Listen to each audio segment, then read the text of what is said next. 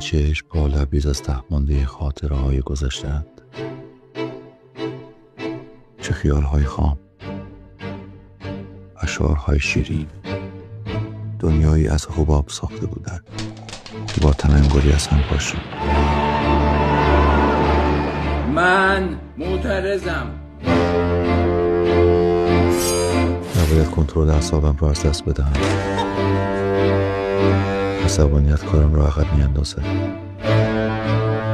خوابم، خشکم، خودم نیستم.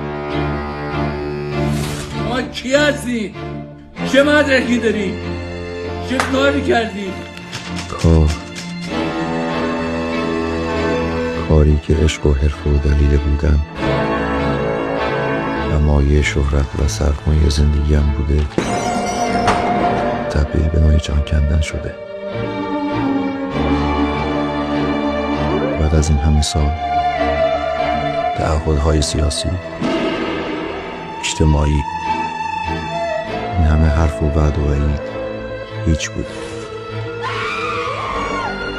این میل به ابطال و فراموشی از کجا آمده؟ پشت پرده مثل اشباح خب صادر میکنه. نمیتونم تحمل کنم. میدانم که به دنبالم هستن، ولی حالیم نیست. شاید مردم. حس میکنم که تنم تکه پاره شده و اعضای بدنم جدا از هم شناورم. این سینه من بزنی، نابودم کنی، ولی من حقم رو میخوام بگیرم. حقم رو از شما میگیرم.